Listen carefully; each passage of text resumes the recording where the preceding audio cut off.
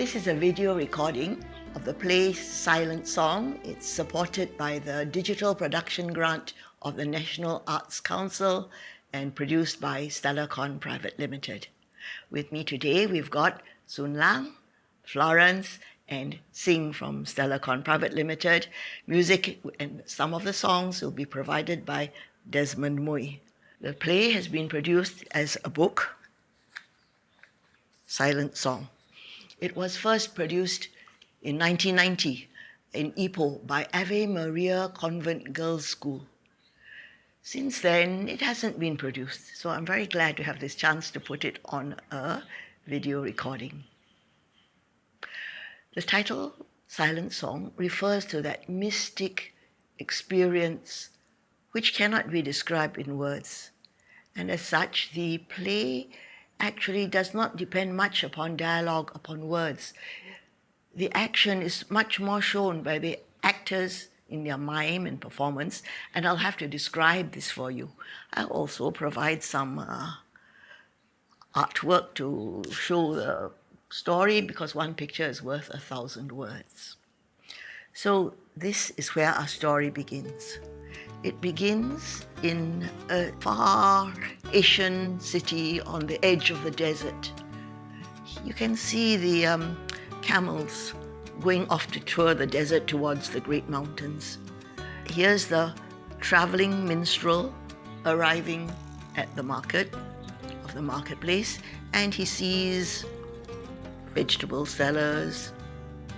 He sees the main character.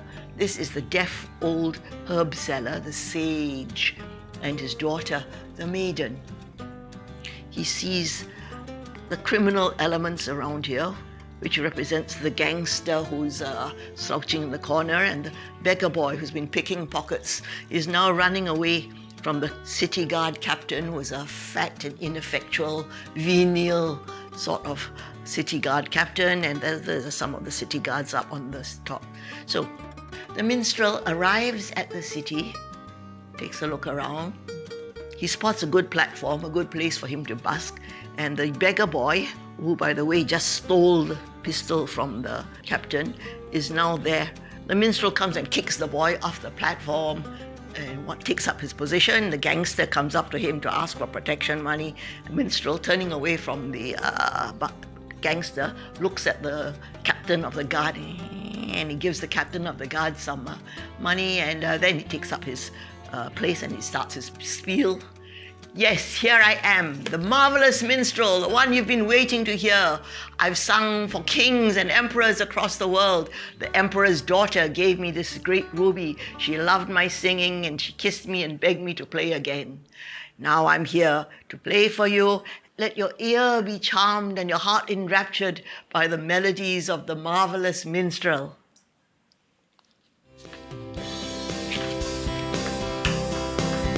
Great day, it's a great day today. Marvelous, wonderful life I'm living. All the world's loving me, all the world's giving. Sun gonna shine on me, wind gonna blow. Everything is going my way.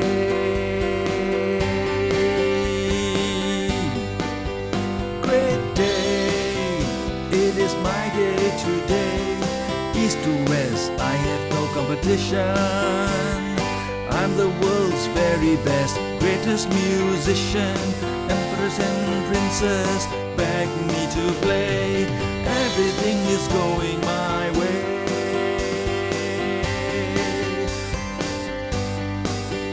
It's a great day today. While the minstrel is singing, a crowd gathers. People of the marketplace look, they put money into his bag, which is called collecting takings. The sage's daughter, the maiden, is standing in the front row looking adoringly at the minstrel. But her father, the sage, is still sitting over in his corner, is not paying attention to the show. The minstrel finishes his song, maybe he sings another song or two, and bow, hooray, collects his takings. The crowd disperses, and then he looks over to the sage. He goes over to him Hey, don't you like my music? You're the one person who thinks he can listen to me play for nothing. Princes and kings beg me to sing. The daughter comes up to him. Sir, did you want to speak to my father? Yes, he's the one person who thinks he can listen to the marvelous minstrel for free.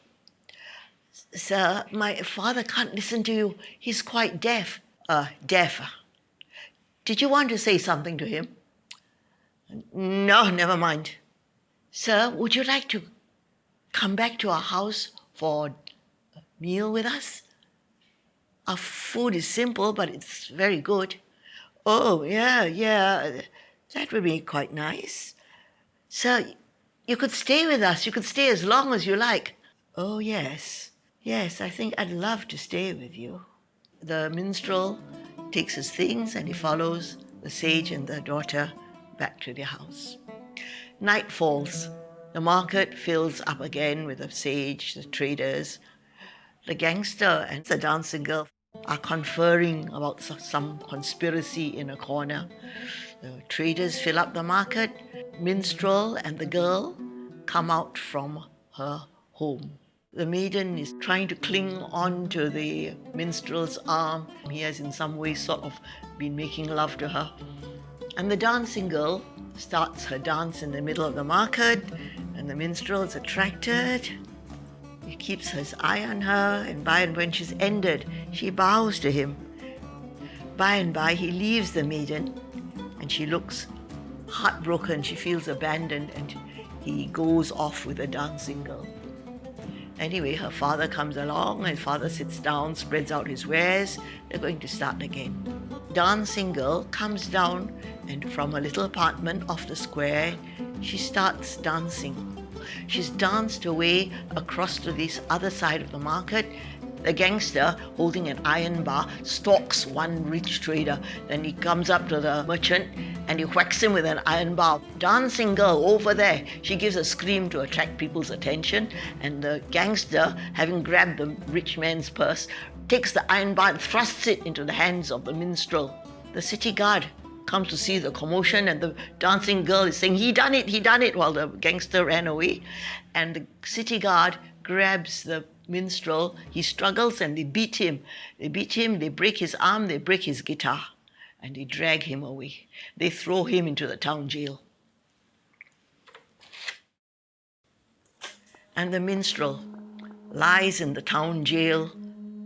He's been stripped, he's broken, he's humiliated. We hear sounds of bars clanging and prisoners groaning. It's the bottom of degradation for the minstrel. The sage and his daughter come in. The sage goes to the jailers and bribes them, and he and the maiden help the minstrel up and take him, shaking his head, dazed, wondering what's happening. They take him out of the jail. So the minstrel now embarks with the maiden and the sage on a journey. They're going to the high mountains to collect the herbs for the sage is going to sell. So they travel off across the desert, and they come at last, after some journeying, they come to an oasis. Here's the oasis. There's the big tree up there, the tamarisk tree. First of all, the beggar boy runs in and he spreads a mat under the tree, and when the sage comes in, he pesters him. Mister, a place in the shade, I say for you. 10 coppers only, 10 coppers. The sage smiles at him and says, all right, 5 coppers. And he spreads out the mat, and the sage settles himself, and the girl comes in, and the boy keeps on pestering. Water for you. I go and fetch very nice, clean water, very good. 10 coppers, 1 bucket, 10 coppers. And this is the minstrel. Okay, 6 coppers. All right, 2 buckets, yes. The minstrel comes in. He's limping, he's very tired, he's got his arm wrapped in a dirty bandage, and the boy just pesters him. Mister, place in the shade, 10 coppers. The minstrel knocks him away and goes and sits down very miserably. The sage goes over and stands in front of the big tree, and he makes signs to it.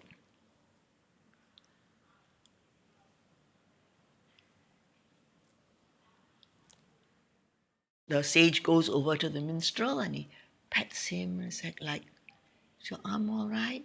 Is your arm hurting? The minstrel turns his head away, couldn't care less.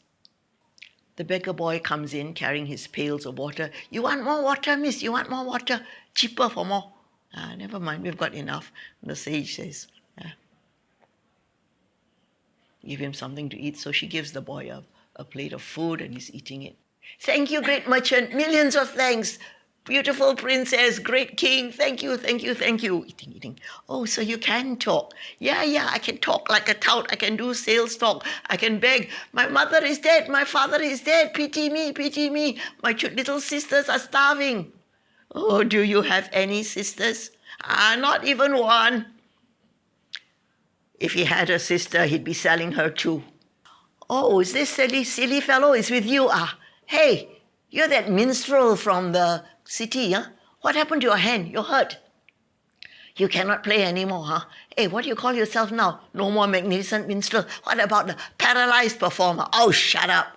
Be careful, huh? Be careful. You don't try to hit people. You can hurt your other hand, you know. Leave him alone. Don't disturb him. The sage comes and he tells the beggar boy, go away. The beggar boy goes. The maiden tells the minstrel, my father says a child's mocking needn't hurt you. He's right. I'm paralyzed. I can't do anything. My father says even if you're crippled in body, you don't have to be crippled in your soul. Soul, don't give me that pious nonsense. Don't talk to me about soul. What's the matter? This is all nonsense. I learned about this in jail. This life is just an endless struggle full of pain and bitterness, maybe a few moments of happiness that don't mean anything. And then you die, and that's the end of it. There's nothing else. The sage has been listening to this, and he comes, touches the minstrel. My father says, does your hand still hurt? He has some ointment. He wants to rub it on your arm. Sage is bringing out the ointment. But the minstrel just hits out and he knocks the ointment falling down onto the rocks. The sage looks at him, looks at the ointment, and he climbs down with his creaky knees down to the rocks and picks up the ointment and comes back to the minstrel, offers it to him again. The minstrel allows him to open the bandage, wrap the ointment, and wrap it up in a nice clean cloth. Then there's a bell struck, an iron rod, tang, somewhere. It's time for the caravan to move on. So they all pick up their bundles, they start to move on. And the sage pauses in front of that big tree.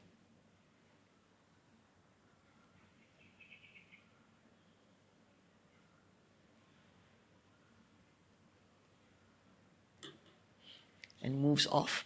The minstrel says to the daughter, what's your father doing? He's talking to the tree. He's bidding it farewell, thanking it for giving us shade. He wishes it a good time to be standing here until we come back next year. What? He talks to the tree? Yeah. And he says the tree answers him. It talks right back to him. You're crazy. And they all go off. They continue their journey. Another day, another oasis. This one has a pool with some grass and wildlife there. And the beggar boy is running in, helping the maiden, fetching water for her. Hey, mistress, is it true your father is very, very, very rich? No. You've got lots of gold. You're going to the mountains. You've got a gold mine up there. Oh, no, nonsense. All right, not gold. Maybe it's diamonds. Maybe you know a place where there's rubies and diamonds lying on the ground. You can just pick them up and take them home. Yeah. No. Don't bluff me lah. I know there is. I heard you telling that stupid minstrel. You said, there's a treasure. We've got to go out high up in the mountains and find. He didn't believe you, but I know you've got a treasure there. No, really, it's a treasure in the mind. There's no such thing. Hey, I know there's something. Tell me, love. I won't give you away. Tell me, pity me, tell me I'm very, very poor. The boy is starting to paw at her, and the minstrel comes in and grabs the boy and cuffs him away. Ayo. So strong, huh? So with one hand only can beat people, cannot help a poor girl carry all her bundles and things. Yeah. Paralyzed performer. Get out of here. If I see you again, I'll break your neck. Yeah. You and who else? One hand. And he goes away. Oh, you didn't have to be so rough with him. That's the only thing these kids can understand. I know. I used to be one of them.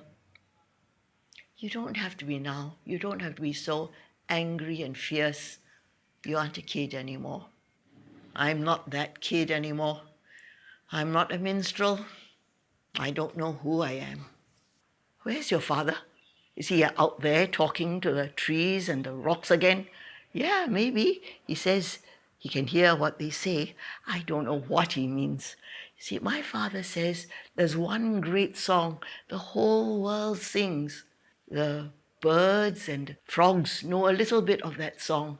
The stars and the great mountains, they know much more. And I try to hear that song. How can you hear it? You can. If you go up, you listen. Early in the morning, in a quiet place, you listen.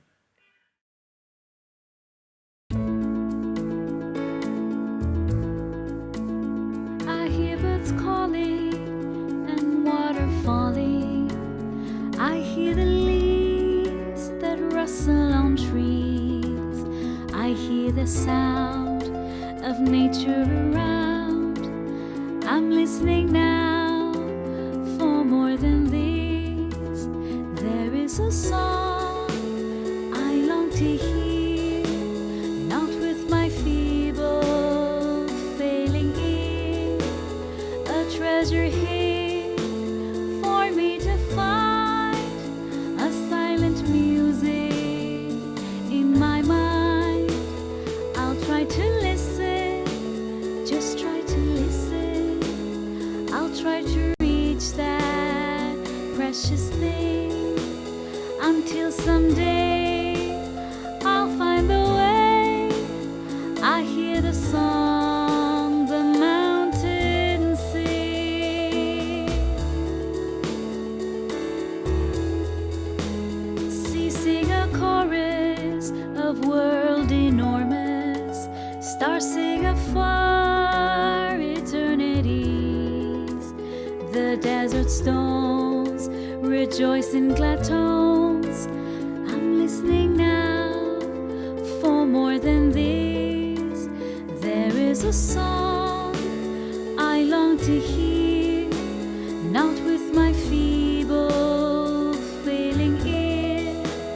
A treasure hid for me to find, a silent music in my mind. I'll try to listen, just try to listen. I'll try to reach that precious thing, until someday I'll find the way. I hear the song the mountains sing, the silent song that I will sing. The sage comes and talks to the minstrel. The girl comments, my father says there is much more than you can see. The sage is talking. He says, what you can see is not enough. There's everything. The minstrel is going home. The sage says, look in the pond. A tadpole.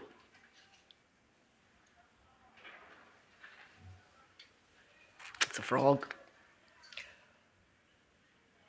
Up there. A caterpillar.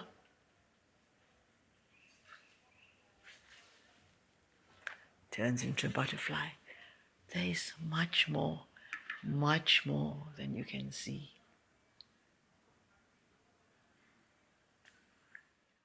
And the bell rings, and it's time for them to move on. They have reached the end of the desert. They've come to the last stop before they enter the mountains.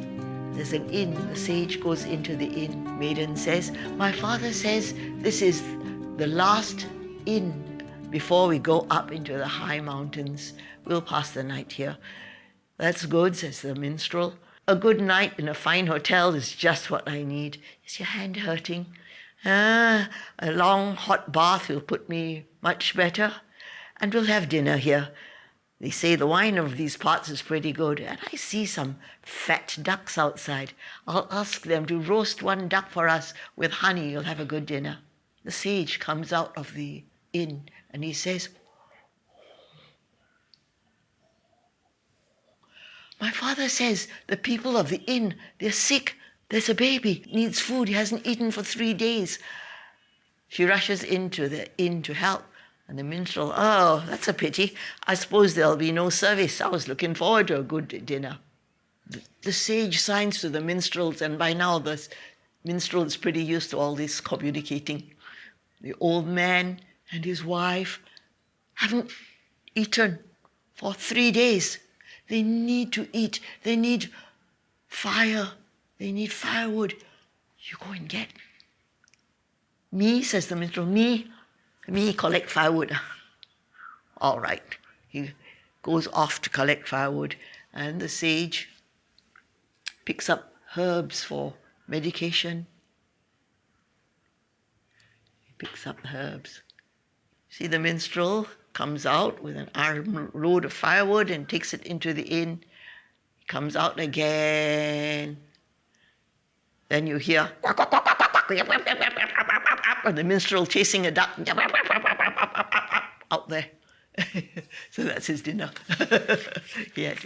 The sage returns. The maiden comes to him and she hands him a little tin can. She says, "Baby needs milk." So the sage, yeah, finds the minstrel and he says to him,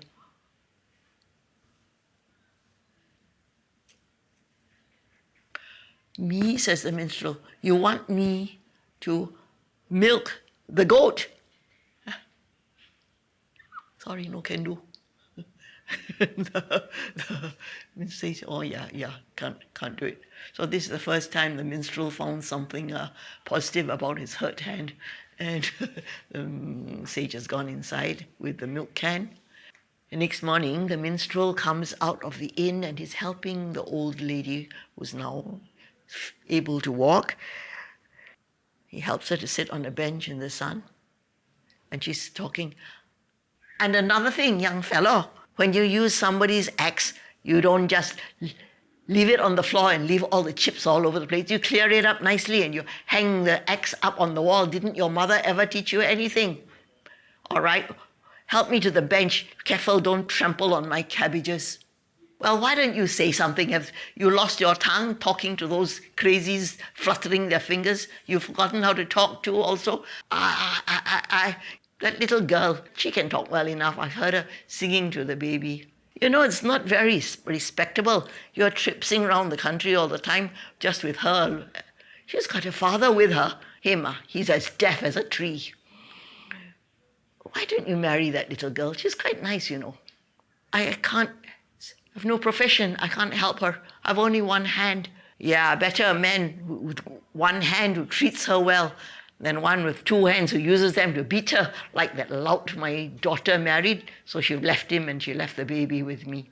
"Yeah, she's a nice girl. Why don't you talk to her?" He says, "Well, I don't know. I hurt her badly once, some time ago. I tell you what, I was talking to her just now, you know. I got a lot out of her. I asked her, does she have a sweetheart? You know, I think you can ask her to marry you." The sage comes out of the inn. He says, she doesn't know. "What's that old Dumbo saying?" He says, "Your husband's lost his pipe. They don't know where to find it." "Oh, nobody knows anything except me. I know where he's put it. She goes inside to help. The sage is helping her to go in. Behind her back, the minstrel signs to the sage, yeah, that one, talk, talk, talk, talk, talk, talk, talk. You are lucky your ears are deaf, you cannot hear good. The maiden comes out of the inn. I think they're much better now. We can go on soon. It's nice here. I've loved looking after the baby. But I want to get on to the mountains. I have something to say to you. Oh, what is it? What do you want to say? I don't know how to say it. Well, tell me. That time in the city, I hurt you badly. Don't say it. I was unkind. Shh. She puts her finger on his lips and he kisses her hand. He takes off his ruby on the gold chain and he gives it to her round her neck. She knows it's a promise, an engagement. And the minstrel is holding her hand as the sage comes out of the inn and he looks at them. Bless you, my children. And now they've got all their bags and bundles and they leave the inn and they go up into the mountains. We see them go up into the mountains. Sage, daughter, minstrel, and the beggar boy is following them at a distance, hiding. And we see them climb up. There's a steep cliff, a narrow path. Minstrel goes first, sage follows, daughter, beggar boy scurries after them at the back. And now we see the minstrel climbing the path, and he's all by himself. He sees that the sky becomes full of light. He understands what the sage was talking about. The mountains seem to lift up their heads. The trees clap their hands. He understands.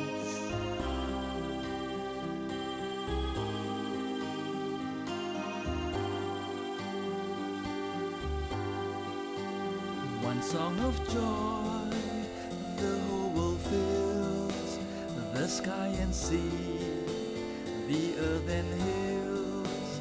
I know one day I'll hear that song, though I may search my whole life long. I'll try to listen, just learn and listen, until some dawn that guilt will bring no longer down. The day will come, I'll join the song the mountains sing, the silent song that I will sing.